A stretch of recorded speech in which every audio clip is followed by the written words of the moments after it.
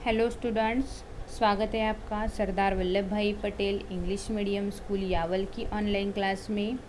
मैं हूँ आपकी हिंदी टीचर कामिनी बुंडे और आज हम पढ़ेंगे कक्षा 5वीं का 10 नंबर का लेसन गड़ा धन। सबसे पहले इस पाठ का परिचय देती हूँ मैं आपको।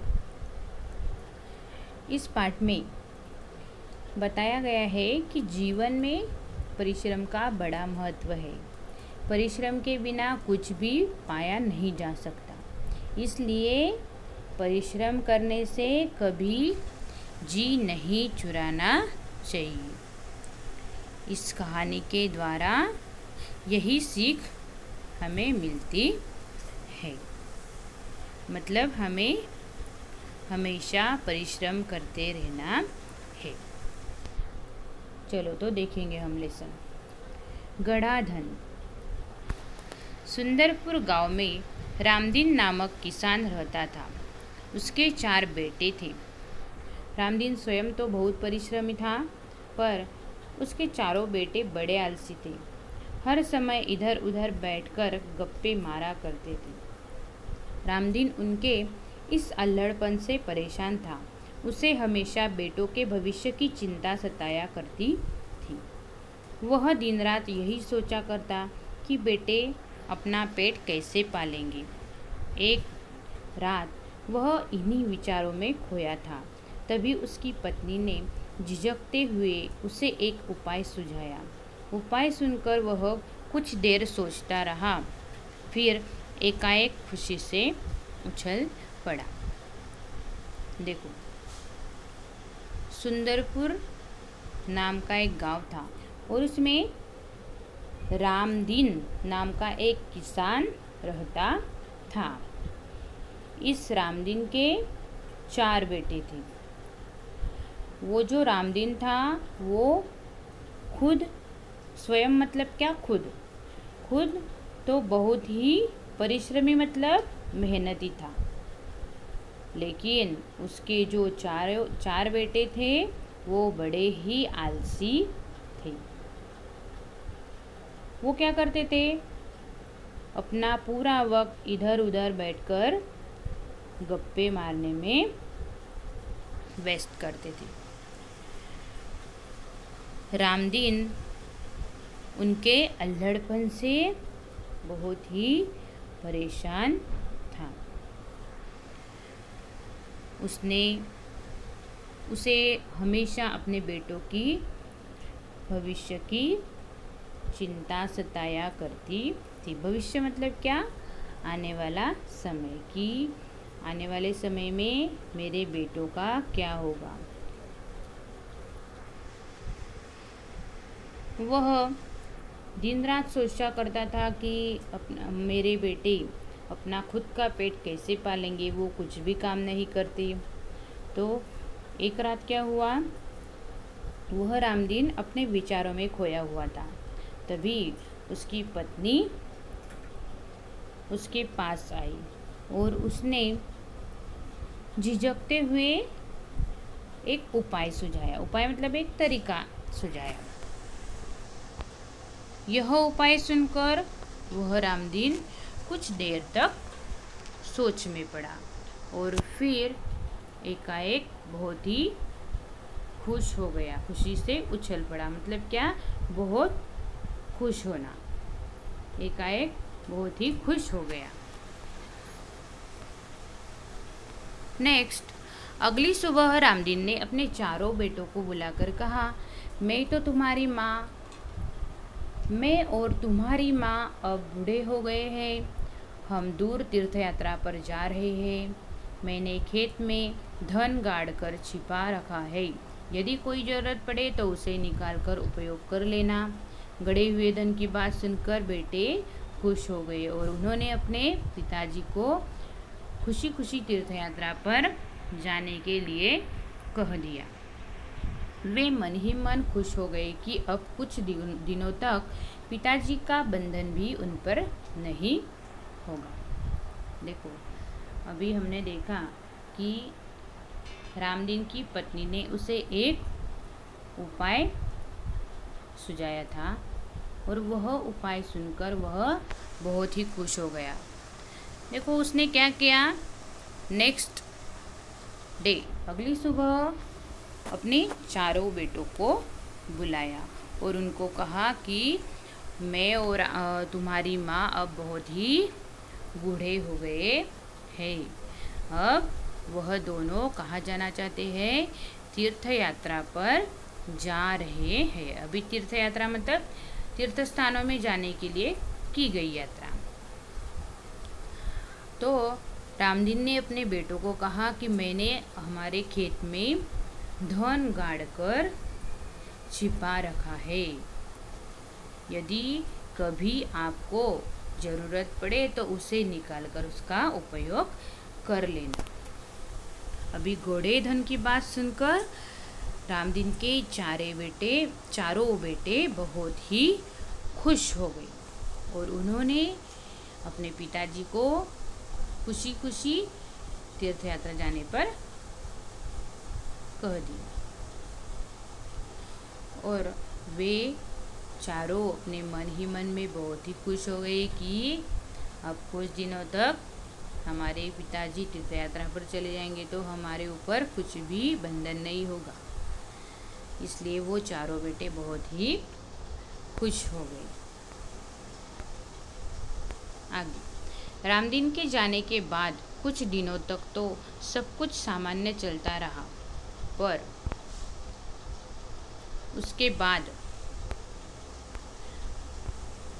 पास का धन और घर का धान्य समाप्त होने लगा। अब चारों भाइयों को चिंता हुई। उन्हें अपने पिताजी की कही बात याद आ गई कि जरूरत पड़ने पर खेत में गड़ा धन निकाल लेना। उन्होंने रात के समय खेत की खुदाई का काम आरंभ किया। वे 2-3 रातें खेत को खोदते रहे, पर कहीं भी उन्हें गड़ा धन नहीं मिला। रात भर के परिश्रम से वे बहुत थक गए थे। जब सुबह बहुत निराश और हताश होकर वे चारों अपने घर लौट रहे थे, तभी रामदीन के परम मित्र हरिनाथ ने पूछा, तुम सब थके हुए क्यों हो? कारण जानने के बाद हरिनाथ ने उन चारों को सलाह देते हुए कहा, तुम लोगों ने खेत तो खोद ही लिया है, अब उसमें बीज बो दो। चारों भाइयों के पास उदास चेहरों पर खुशी की लहर दौड़ गई। उन्होंने हरिनाथ के कहे अनुसार ही किया।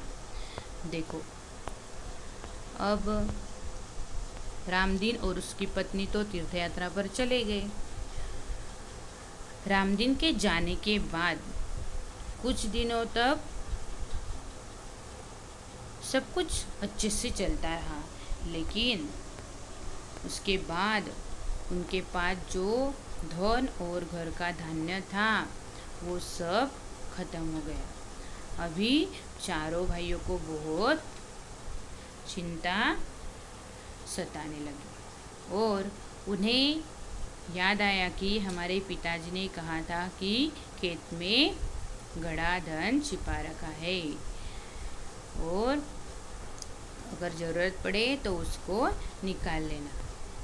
उन्होंने क्या किया, उसी रात खुदाई का काम आरंभ कर दिया, शुरू कर दिया और वे दो तीन रात उस खेत को खोदते रहे, पर कहीं भी उन्हें गड़ा धन नहीं मिला। पूरे रात भर के परिश्रम से, मेहनत से वो बहुत थक गए। अब जब सुबह हो गई तो बहुत निराश और हताश मतलब बहुत दुखी हो गए वो, और दुखी होकर चारों के चारों भाई अपने घर लौट रहे थे। तभी उनके पिताजी रामदीन के परम मित्र, रामदीन के एक मित्र थे हरिनाथ, उन्होंने उनको पूछा, तुम सब थके हुए क्यों हो? तुम चारों भाई इतने थके हुए क्यों दिख रहे हो? उसका कारण जानने के बाद हरिनाथ ने उन चारों भाइयों को सलाह देते हुए कहा। क्या कहा? तुम लोगों ने खेत तो खोद ही लिया है, अब उसमें बीज बो दो। चारों भाइयों ने चारों भाइयों के उदास चेहरों पर खुशी की लहर दौड़ाई। मतलब क्या, वो बहुत खुश हो गए और उन्होंने हरिनाथ ने जैसा कहा वैसा ही किया। खेत में नन्हे नन्हे अंकुर निकल आए। उन चारों के मन में उत्साह जाग गया। वे निराई गुड़ाई करने लगे। फसल बहुत अच्छी हुई। हरिनाथ काका को धन्यवाद देकर वे फसल को बाजार में बेचने के लिए ले जाने की तैयारी में जुट गए। उसी समय तीर्थयात्रा से रामदीन और उसकी पत्नी लौट आए। माता पिता के आते ही बेटों ने उनके चरण स्पर्श किए। गाड़ी में लदे अनाज के बोरे देखकर रामदीन ने कहा, अब तुम्हें खेत में गड़े धन का राज समझ में आ गया होगा। चारों ने सिर हिलाकर स्वीकार किया और कहा, हाँ पिताजी, अब हम यह भी समझ गए हैं कि जीवन में परिश्रम के बिना कुछ भी संभव नहीं है। परिश्रम से ही धन कमाया जा सकता है। देखो, अभी रामदीन के मित्र हरिनाथ ने जैसा कहा वैसे उन्होंने खेत में बीज बो दिया और कुछ दिनों के बाद खेत में नन्हे नन्हे अंकुर भी निकल आए। अभी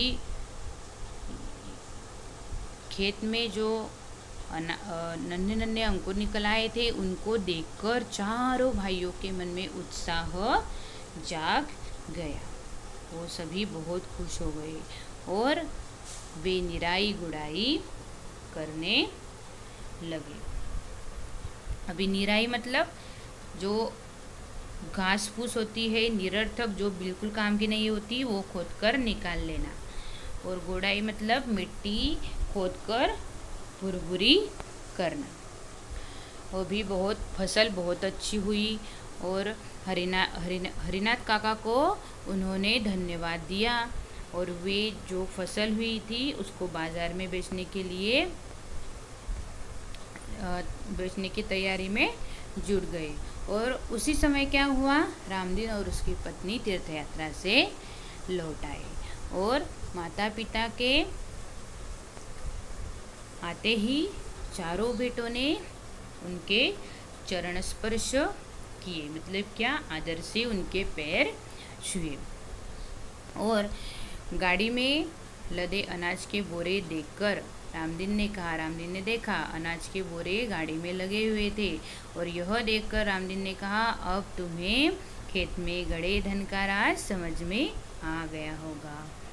और चारों भाइयों ने सिर हिलाकर यह स्वीकार भी किया और कहा, हाँ पिताजी, अब हम यह भी समझ गए हैं कि हमारे जीवन में परिश्रम के बिना कुछ भी संभव नहीं है। मतलब वो सब चारों बेटे समझ गए थे कि परिश्रम से ही धन कमाया जा सकता है।